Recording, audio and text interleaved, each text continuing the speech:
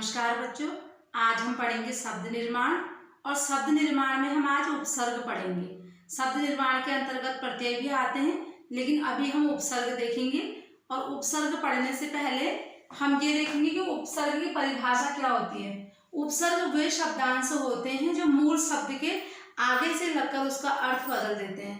प्रत्यय भी शब्द का अर्थ बदलते हैं, लेकिन प्रत्यय पीछे से लगते हैं मूल शब्द के, और उपसर्ग जो है मूल शब्द के आगे से लगते हैं। तो जब भी उपसर्ग और वो मूल शब्द अलग अलग करना होता है तो ये देखना चाहिए कि पीछे जो मूल शब्द है उसका कोई अर्थ निकल रहा है या नहीं, ऐसे ही उसके दो भाग नहीं कर रहे हैं। तो सबसे पहले उपसर्ग की परिभाषा देखनी कि उपसर्ग शब्द नहीं होते, शब्दांश होते हैं। शब्दांश का मतलब शब्द का कोई एक अंश, जैसे को हो गया, क हो गया, अ हो गया, तो ये शब्दांश है। ये जो है अलग शब्द तो एक वाक्य का निर्माण कर देगा। एक पद मतलब शब्द जो है पद में अगर वाक्य में अगर यूज हो गया तो वो पद बन जाता है। लेकिन शब्दांश जो होते हैं उनका ऐसा कोई, जब हम उनको ऐसे वाक्य में यूज नहीं कर सकते, वो तो एक शब्द का एक छोटा सा अंश है, उसको हम मूल शब्द के आगे से लगा सकते हैं। तो यहाँ पर हम देखेंगे कि उपसर्ग वे शब्द होते हैं जो मूल शब्द के आगे से लगकर उसका अर्थ बदलते हैं। जैसे देखो, बे उपसर्ग है,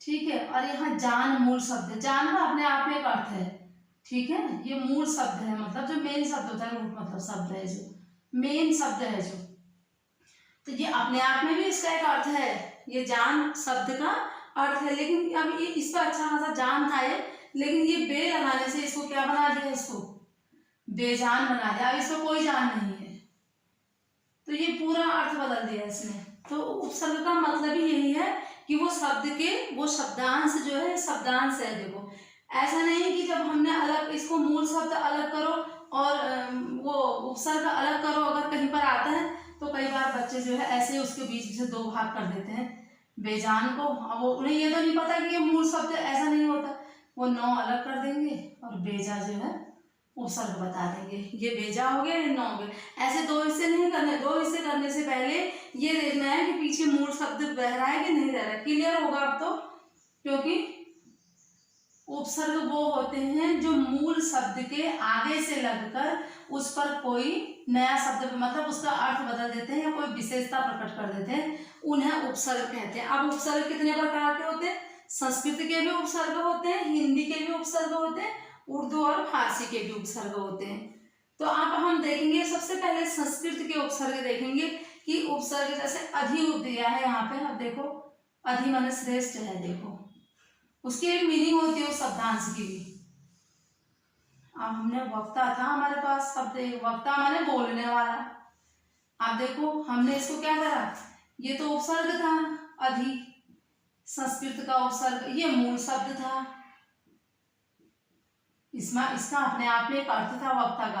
लेकिन जब हमने इन दोनों को मिलाया तो क्या बना दिया हमने इसको मिला के, अधिवक्ता, मतलब अभी वकील हो गया, जबकि इसका कोई मतलब नहीं है। अलग अलग में तो वक्ता का मतलब वकील है ही नहीं, लेकिन इसमें अधि उपसर्ग जुड़ने से क्या हो गया, इसका पूरा अर्थ बदल गया।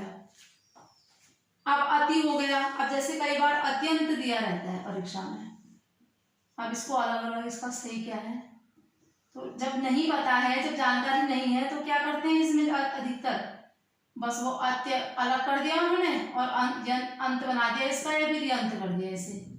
जबकि इसका इसमें ये देखना है, भले ये आधा तो है, ये शब्दांश है, ये इधर वाला पूरा नहीं है, इधर वाला शब्दांश है। उपसर्ग जो है शब्दों का अंश है, लेकिन पीछे मूल शब्द लगा है, तो अत्यंत। अब अगर इसको अलग अलग करना है तो ये तो ऐसे बना, ऐसे बना था या अत्यंत, अब ये क्या बन जाएगा, अत्यंत बन जाएगा, ठीक है। अब ऐसे ही अनु, अब एक शासन एक शब्द है, इसका अपना एक अलग मीनिंग है, शासन कौन चला रहा है, ठीक है, या घर में जो है उसी का शासन चलता है, बोलते हैं जैसे। लेकिन अगर हमने इसमें अनु लगा दिया, अनु उपसर्ग जोड़ दिया हमने इसे, तो ये क्या बन गया, अनुशासन। अब जब हमें ये पता है ना कि शासन का एक अच्छा खासा अर्थ निकलता है, तो हमें ये भी पता चल जाएगा कि इसमें अनु उपसर्ग लगा हुआ है। कई बार अक्सर उपसर्ग और प्रत्यय कोई परिभाषा लिखने के लिए नहीं आती व्याकरण में, किसी भी चीज की चीजों को समझने के लिए आता है इसमें से उपसर्ग अलग कीजिए, मूल शब्द अलग कीजिए, या इसमें उपसर्ग बताइए क्या लगा है, या इसका मूल शब्द बताइए क्या लगा है। तो ऐसे करके इसको बता देना है। ये संस्कृत के ज्यादा मैंने उपसर्ग नहीं लिए हैं अभी, क्योंकि बोर्ड इतना बड़ा नहीं है। अधि लिया, अति लिया और अनुशासन लिया। अनुकरण हो गया, मतलब किसी का वो करना पीछे, मतलब फॉलो टाइप में। अब जैसे यहाँ पे कु हो गया, अब अच्छा खासा था पूत माने बेटा, ठीक है। अब इसके आगे क्या लगा दिया, अगर क लगा दिया इसके आगे, माना क भी उपसर्ग है, वो हिंदी का उपसर्ग है। अब वो पूत था, वो बेचारा क्या हो गया, कपूत हो गया, क्योंकि इससे क्या लगा दिया, क उपसर्ग लगा दिया। अब पुत्र था, मूल शब्द है ये पुत्र। अब इसके आगे हमने क्या लगा दिया, उपसर्ग लगा दिया कु, और तो ये क्या बन गया, एक नया शब्द निर्माण। इसके हेडिंग से ही पता चल रहा है शब्द निर्माण। इसमें जो नया शब्दांश लग रहा है वो मूल शब्द के आगे से लगकर नया निर्माण कर दे रहा है। अब ये क लगा तो हमने कपूत बनाया, लेकिन हम सौ भी तो लगा के सपूत बना सकते हैं इसको। अब ये सपूत हो गया। धरती माता ने जैसे अनेक सपूत पैदा किए हैं, बोलते हैं सपूत हो गया, या वो कपूत निकला, ठीक है, कुपुत्र है। तो पुत्र के आगे से लगा तो कुपुत्र हो गया, ठीक है। अब ऐसे जैसे नी है, ये भी उपसर्ग है। अब जैसे बोलते हैं निठल्ला, ठीक है, ये नी उपसर्ग से ठल्ला पे लगा तो निठल्ला हो गया। अब ऐसे ही क्या है, अध है, अध मैंने आधा। अब जैसे बोल देते हैं अधपका, अध पका, पका शब्द अपने आप में मूल था और ये उपसर्ग था। देखो ये मूल शब्द हो गया ना, और ये उपसर्ग हो गया। ऐसे ही अधखिला, क्या हो गया, अधखिला। तो जो मूल शब्द के आगे से लगकर उसका अर्थ बदल दे रहे हैं उनको उपसर्ग कहते हैं। और उपसर्ग, अब एन देखो, ये फारसी के, उर्दू और फारसी एन मौके पर वो आगे बोलते हैं, एन मतलब ठीक टाइम पे, बिल्कुल। अब एन वक्त हो गया, वक्त मूल शब्द है। अब इसे खुश हो गया, खुश खबरी। अब देखो खबरी शब्द था, ये खबरी था, खबर देता था सबको, लेकिन इसके आगे हमने खुश लगा दिया तो इसके ये खबरी नहीं रहेगा, ये खुशखबरी हो गई है। खुशखबरी सुनाई है उसने, कोई अच्छी खबर बताई है। ऐसे गैर हो गया, जैसे गैर शब्द भी उर्दू फारसी का है। अब देखो गैर शब्द अगर हम लगाएंगे, अब ये, या फिर माना ना ले लो, ना का क्या लगेगा, ये लायक था, ये बेचारा, ये उसके लायक था, ये इसके लायक था, ये पानी भरने लायक है, इसमें रखने लायक है, ये चीज ये लायक था, लेकिन हमने इसके आगे क्या लगा दिया, नालायक हो गए, ना लगा के। ये देखो ये अच्छा खासा लायक था और इसमें हमने नया एक उपसर्ग जोड़ा था, नालायक हो गया। तो ये बिल्कुल अर्थ बदल दे रहा है। अब ऐसे ही जैसे बद है, बदनाम हो गया, लेकिन नाम भी तो एक अलग से मूल शब्द है ना, इसका एक अपना अर्थ है नाम का, ठीक है। और गैर हो गया, गैर कानूनी, गैर मौजूदगी, ये कानूनी शब्द है ना, कानूनी अपराध है, गैर कानून हो गया। तो इनसे क्या बना दिया हमने, नए शब्द बना दिए। इसका मतलब ही उपसर्ग का क्या है, नए शब्द का निर्माण करना है। बद से बन गया बदसूरत, बदबू। अब ऐसा नहीं कि बू नहीं है, ये बू भी है मूल शब्द, खाली बू ही है जो। अब यहाँ पे इसमें बद लगा दिया, इसमें ये बन गया बदबू।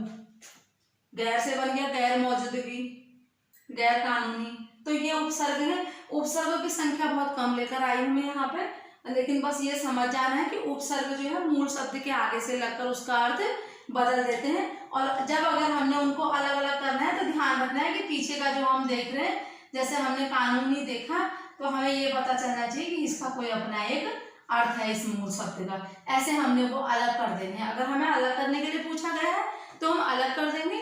और अगर हम, सबसे बड़ी बात ये कि अगर हम समझ जाएंगे कि उपसर्ग होते क्या है, उपसर्ग और प्रत्यय में अगर कहीं पर कंफ्यूजन हो रहा है तो उपसर्ग ऐसे भी हम याद कर सकते हैं कि ऊ से जो है हम आगे कर सकते हैं, क्योंकि आगे से लगते हैं उपसर्ग। कई बार कोई पूछता है तो एकदम से समझ में नहीं आता उपसर्ग क्या है और प्रत्यय क्या है। प्रत्यय मैंने अभी नहीं पढ़ा है। अब आप प्रो से ये कर सकते हो, पीछे कर सकते हो। बस जो शब्द के आगे से लगा वो उपसर्ग हो गया, जो शब्द के पीछे से लगा वो प्रत्यय हो गया। ठीक है, धन्यवाद। और अगर आपको ये वीडियो समझ में आई है और सही लगी है तो आप अपने परिचितों को इसको भेज सकते हो, ठीक है, ताकि वो भी इसका लाभ उठा सकें।